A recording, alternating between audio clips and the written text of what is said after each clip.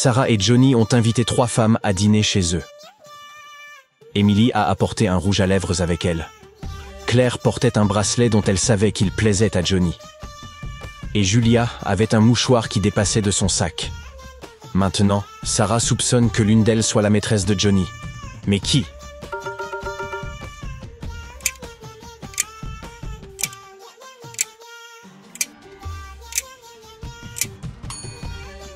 Voyons voir. Emily avait bien un rouge à lèvres, mais pas sur ses propres lèvres. Donc la trace de baiser dans le cou de Johnny ne vient pas d'elle. Johnny a complimenté le bracelet de Claire une fois, mais elle le porte tous les jours. Maintenant, regardez ce mouchoir qui dépasse du sac de Julia. Il y a un J dessus. Johnny a un mouchoir assorti avec la même lettre, qu'il utilise toujours pour les grandes occasions comme ce soir. Cela signifie que Julia est probablement sa maîtresse. Suzanne a rompu avec Liam, et juste avant de déménager, elle n'arrivait pas à retrouver son journal intime. Elle a donc dit à Liam, « Si tu le trouves, promets-moi de le jeter sans le lire. » 1 an plus tard, Liam a retrouvé son journal. Malgré sa promesse, il a décidé de l'ouvrir quand même et a vu le message « Ek knife nok eriaf et sap exuep en ejat ». Il s'est alors frappé le front de la main. Pouvez-vous deviner pourquoi ?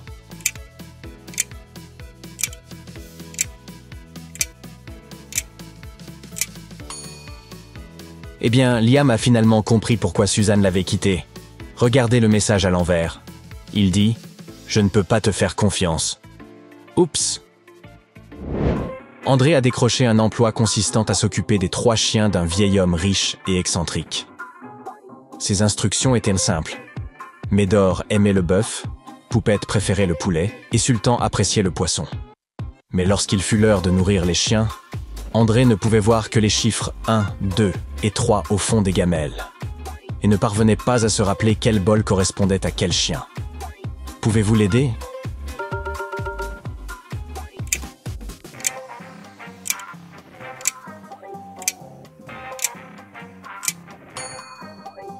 Regardez le mur. Ces chiens sont de véritables champions, et les gamelles correspondent à leurs médailles. Médor, qui a remporté la première place, a la gamelle numéro 1. Sultan, qui est arrivé 2e, obtient le bol numéro 2. Et Poupette, qui a terminé à la 3e place, obtient le bol numéro 3. Arthur dînait chez Jack, son ami d'enfance. Au bout d'un moment, Jack sortit un vieil album photo. Arthur s'amusait à le feuilleter jusqu'à ce qu'il s'arrête soudainement, stupéfait. Il y avait une photo d'une excursion scolaire de terminale datant de 1994, et il était dessus. Mais il ne se souvenait pas d'y être allé. Que se passait-il ?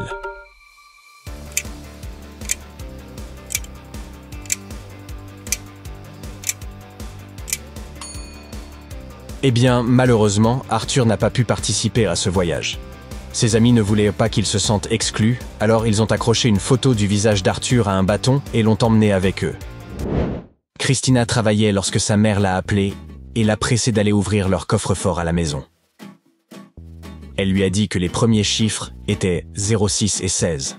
Mais au moment où elle allait lui donner le dernier chiffre, l'appel a été coupé. Christina savait que le code comportait 3 nombres à 2 chiffres dans une séquence. Pouvez-vous l'aider à trouver le code entier ?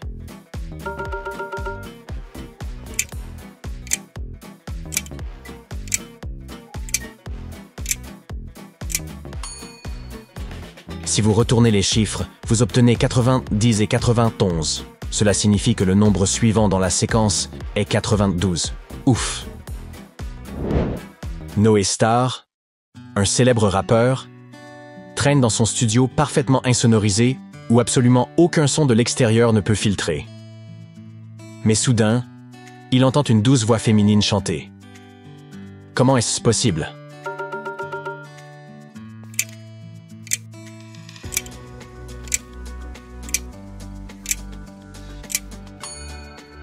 Regardez là-bas, dans le coin, il y a un babyphone.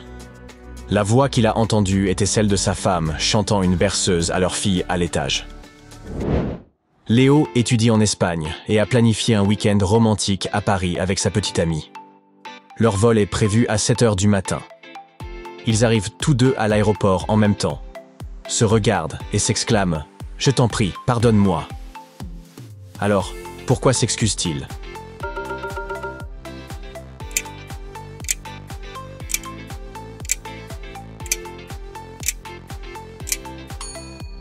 Regardez l'horloge sur le mur, il est 7 heures du soir. Cela signifie qu'ils ont tous les deux dormi trop longtemps et ont raté leur vol du matin. Heureusement, la compagnie aérienne les a mis sur le vol suivant. Alain passe son examen de conduite et il est assis là, tout nerveux à côté de l'instructeur. Soudain, une voiture passe à toute vitesse devant eux, en brûlant un feu rouge. L'instructeur dit « Ne fais jamais la même chose que ce cinglé ». Mais il y a quelque chose qui choque encore plus Alain. Pouvez-vous deviner de quoi il s'agit?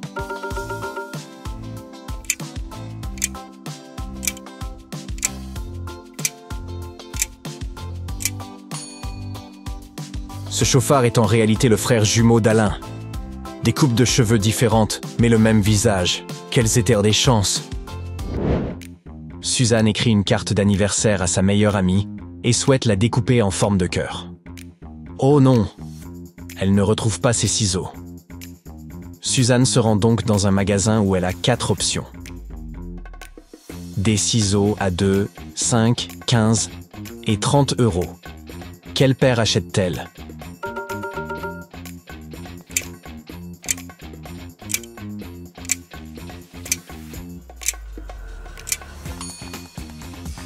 Elle choisit la paire à 15 euros. Rappelons que Susan a écrit sa carte de la main gauche et que les ciseaux à 15 $ sont les seuls conçus pour les gauchers. Thomas était à la bibliothèque quand il a trouvé un vieux livre poussiéreux intitulé « Énigmes anciennes ». En feuilletant les pages, une carte est tombée avec le mot « molaire » écrit dessus. Il a rapidement compris que cette carte n'avait rien à faire dans le livre. Comment le savait-il ?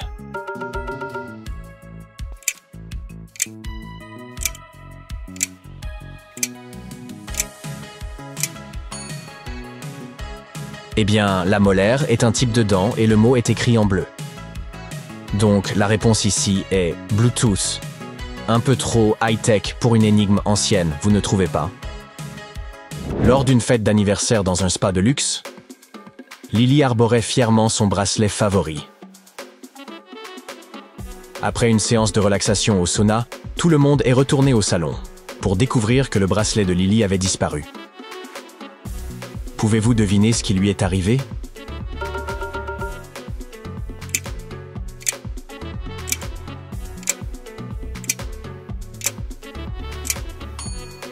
C'est la masseuse qui l'a pris. Regardez la bouteille de lotion. Le bracelet est enfilé autour du couvercle. Denis joue au football avec ses amis chaque semaine après le travail. Un soir, il a remarqué que ses chaussettes de sport étaient cousues ensemble. Pressé, il a simplement mis ses chaussettes de travail pour le match et a oublié l'incident. Le lendemain matin, sa femme avait l'air pâle et a dit « Il faut qu'on parle ». Pourquoi était-elle si contrariée?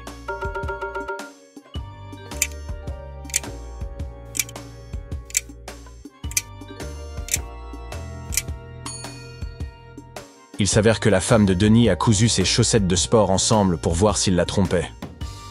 Elle pensait que si les chaussettes étaient toujours cousues le lendemain, cela signifiait qu'il avait sauté son match de foot pour un rendez-vous secret.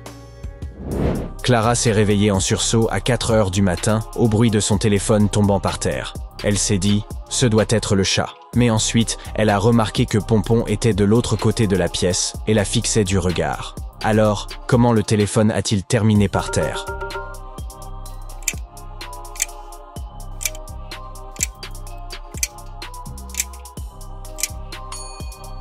Eh bien, c'était un petit tremblement de terre. Clara l'a compris lorsqu'elle a saisi son téléphone et a vu une alerte sismique à l'écran.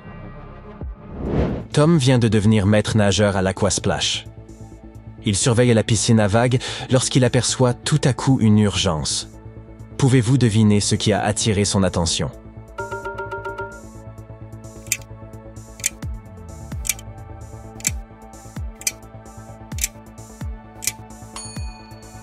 Cet enfant n'a pas de bouée, mais ce n'est pas un problème puisqu'elle est dans le petit bain. Regardez plus loin. Vous voyez cette main qui dépasse entre les bouées? Quelqu'un a glissé hors de la sienne et appelle à l'aide. David, Emily et Tom ont décidé de jouer à cache-cache chez Emily. Elle a rapidement trouvé Tom caché derrière le canapé, mais malgré tous leurs efforts, David était introuvable. Pouvez-vous aider Emily et Tom à retrouver leur ami disparu?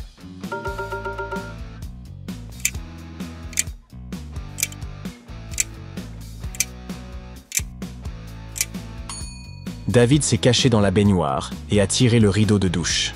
Comme le rideau était assorti au mur de la salle de bain, il était très facile de le manquer. Kader se trouve sur un vol presque vide à destination de New York, mais l'enfant assis à côté de lui n'arrête pas de pleurer. Frustré, il demande à l'hôtesse de l'air s'il peut changer de siège. Elle examine son passeport, lève les yeux au ciel et rétorque « C'est impossible !» Pourquoi est-elle si agacée?